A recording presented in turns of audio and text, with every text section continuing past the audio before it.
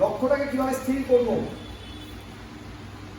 বিষ্ণু ভগবান বলেছে, মানে আমি নয়, বিষ্ণু ভগবান বলেছে, নারদকে বলছে সারা পৃথিবী ঘুরে আসো। নারদ খুব খুশি, পৃথিবী ঘুরে আসতে হবে।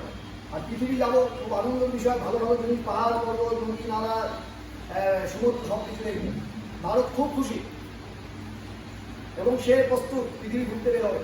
কিন্তু তার সঙ্গে বিষ্ণু ভগবান একটা জিনিস দিয়ে দিয়েছে, বলছে প্রদীপটা ধরো, প্রদীপের মধ্যে তেল আছে, তেলটা যাতে না, তুমি যতটা ঘুরবে ঘোড়ার মধ্যে এক ফোঁটা যদি তেল না পড়ে, বুঝতে পেরেছি কথাটা, তেল যাতে না পড়ে। এবার বলছে তেল যাতে না পড়ে তাহলে কি হবে হতে পারে। সে ভাবলো ঠিক আছে, চ্যালেঞ্জটাকে গ্রহণ করলো, তেল যদি পড়ে তাহলে নারদের শাস্তি হয়ে যাবে, আর তেল যদি না পড়ে তাহলে সে তো জিতে যাবে।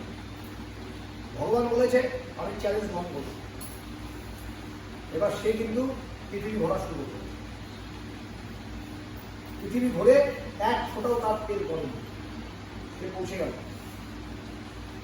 পৌঁছানোর পরে বলছে ভগবান তেল পড়েনি, আমি কিন্তু একদম ধরে আমি কিন্তু পৃথিবী ঘুরে।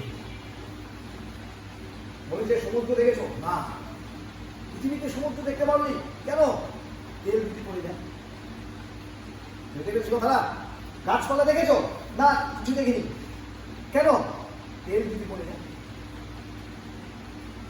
অর্থাৎ যেটা জিজ্ঞাসা করছে ওটাতেই বলছে না দেখিনি। কেন? তেল যদি পড়ে যায়। লক্ষ্যকে তখনই, ড্রিমকে তখনই আপনি লক্ষ্যে পরিণত করতে পারবেন, লক্ষ্যটাকে সেইভাবে নিয়ে যেতে পারবেন যদি আপনি নারদের মতো মনে করে ভাবেন তেল যদি পড়ে যায়। এই ভাবনাটা যদি আপনাদের মধ্যে থাকে তাহলে আপনি লক্ষ্য, যেটা আপনি স্বপ্ন দেখেছেন সেই লক্ষ্যে আপনি পৌঁছাতে পারবেন। কিন্তু আমাদের প্রবলেম হলো আমাদের এমনিতে তেল পড়তে থাকে।